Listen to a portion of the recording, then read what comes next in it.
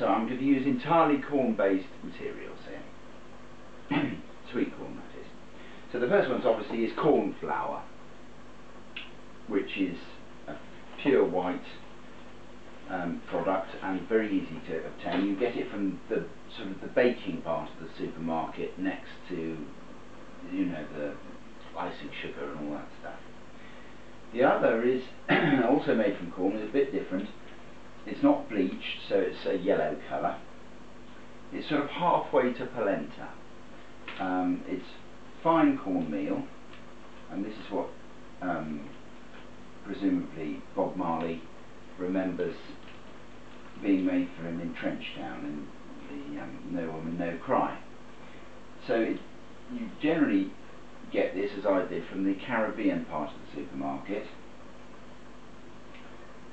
and it says on the packet may contain traces of gluten. Now I have tried this before and it doesn't contain any gluten at all, so it's one of those things, unfortunately, if you're too careful with the traces of it, you can end up buying absolutely nothing. That's cornmeal. Now the only reason I'm putting cornmeal in there is because it's incredibly bland if you just use corn flour. It just adds a little bit of texture to it. But add too much and your loaf is yellow, like those corn-fed chickens you can buy. The next ingredient is yeast. Now when I was at school, yeast was described as a plant, but nowadays it's all been gene sequenced. The tree of life has been gene sequenced. So we know that we're actually quite genetically related to yeast. And in fact, when the sort of the tree branched off into what became, I mean, let's ignore bacteria for now, it became animals and plants. The sort of the animal branch, first branch that came off was amoebae. The next one was fungi, and yeast is in fact a fungus, and is similar actually to most moulds, except that this is a single cell fungus rather than a mould is a string of cells. So we're and then the final branch became the animals and became us.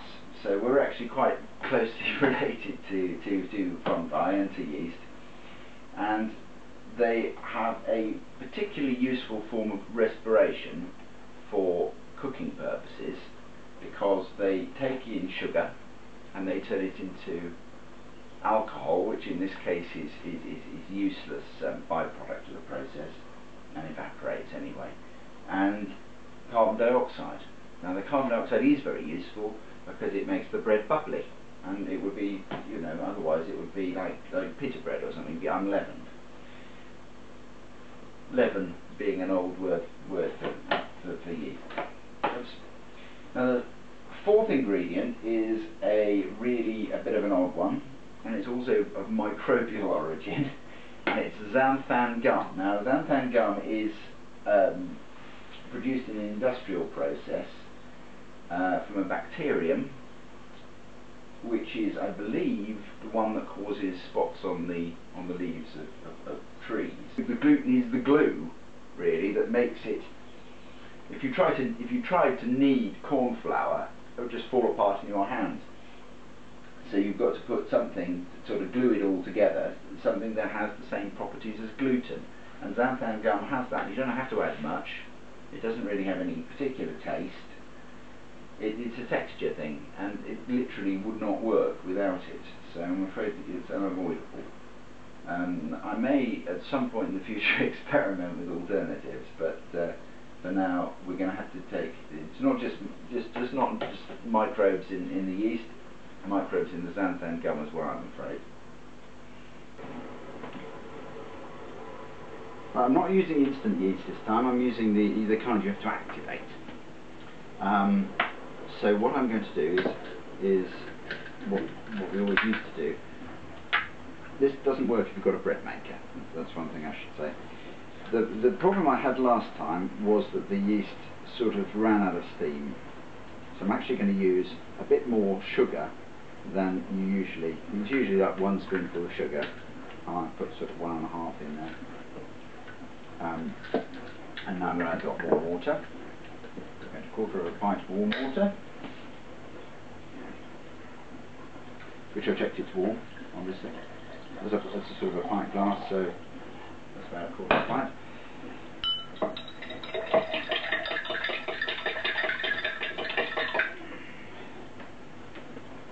Three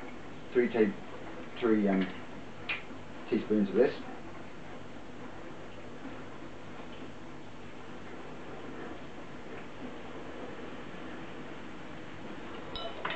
So what they've done here is they've taken the yeast and they've dried it quickly. So the yeast has gone into a little fungi have gone into a quiescent state, as they would do in the winter time. And you've got to wake them up again.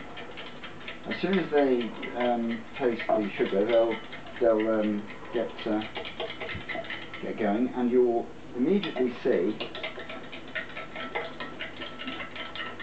evidence of the carbon dioxide they're producing, because the liquid will get what's called balmy, which means foamy.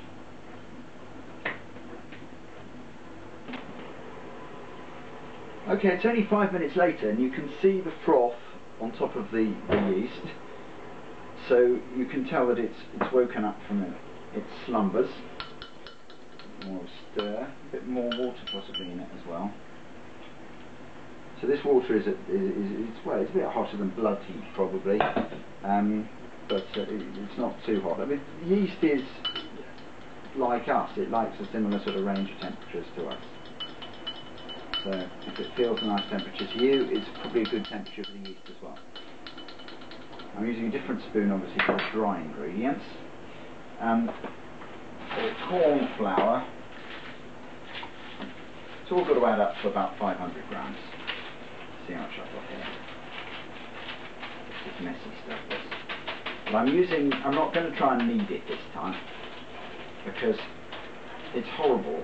It's a really nice process, kneading normal bread, but kneading gluten-free bread is not nice at all. The corn flour has this strange tendency to sort of break into chunks when it's like quicksand, really. So it's quite sloppy when it's sort of on its own, but as soon as you try and turn it, it'll break into sort of lumps. The xanthan gum obviously gets around that a bit. Notice I'm using a different spoon for the dry ingredients and 2 spoonfuls of this.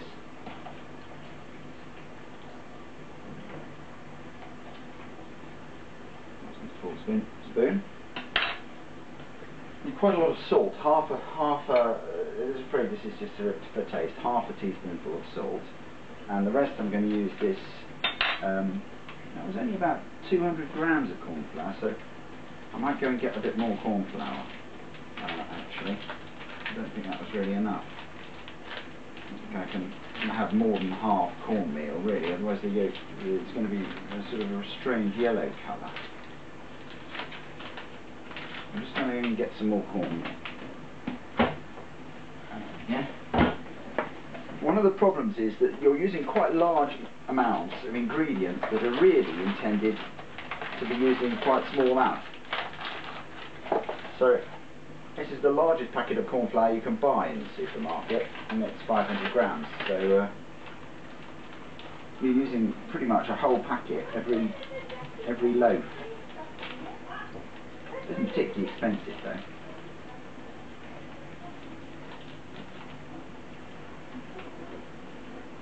Right, I'm happy with that. Now I'm not kneading it by hand, because as I say, because I kind of gave up last time. So I'm going to use a food processor, and with the sort of kneading blade. So I'm going to put all that in here.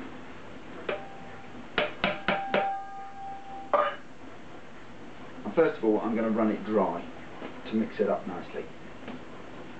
Look at that froth. Just happened while you were watching. Right, and now I'm going to add the yeast and the water to it. Whoa, that's good. And I give that a whiz, and come back. Well, that was noisy. I might show it on another programme, but I think I'm going to play nice, quiet orchestral music over the top because it's pretty horrible noise. But quite exciting. I had to add about the same amount of water as before, so it was probably just over half a pint, I think, or maybe around 300 millilitres that I had to add in total. But it was pretty obvious when you got the right amount, because instead of being sort of like breadcrumbs going around, it suddenly turned into a manic thing, and the dough was sort of, you know, a big lump of dough flinging around the inside of the machine. Now, so that was butter. You know, I think it's a bit bland if you don't do something like that, and butter isn't as bad for you as people once thought. In fact, margarine is apparently worse for you. So this is quite nice and tactile. It's a nice sort of warm blood heat temperature.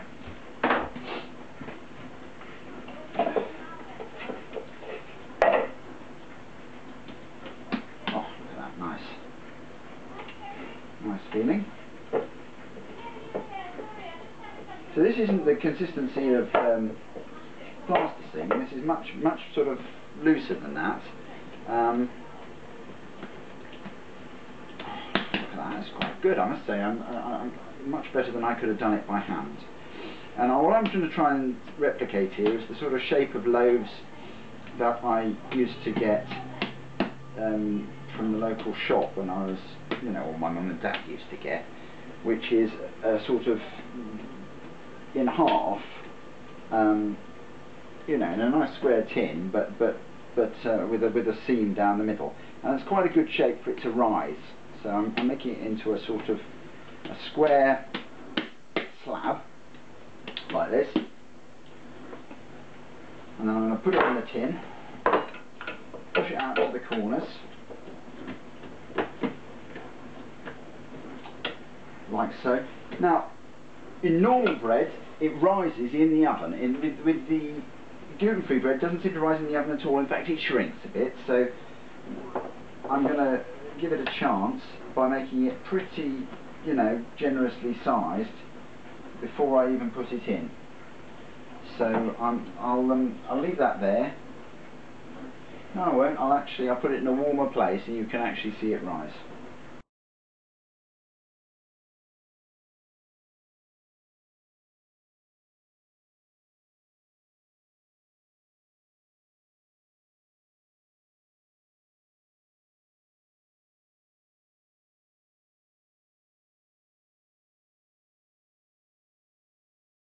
Right, well, I've been a bit longer than I was expecting to, so it's been more like 3/4 of an hour since it started rising, and hopefully, well, you will probably know better than me at this stage whether it went up and it went down again, but hopefully it'll be good.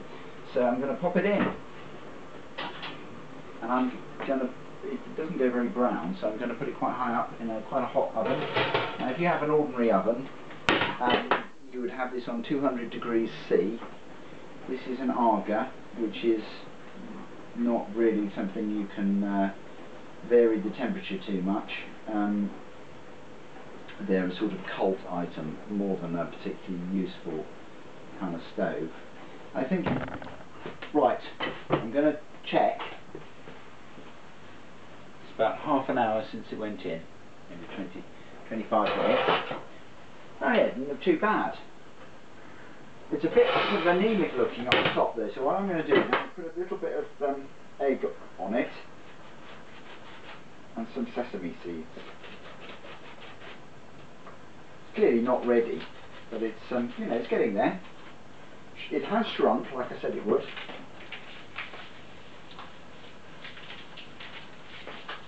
I might make it a bit browner.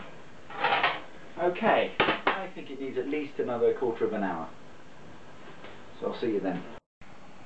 And here's the finished loaf. It's not too bad. It's got a decent crumb structure. It's probably a little bit sort of underdone. So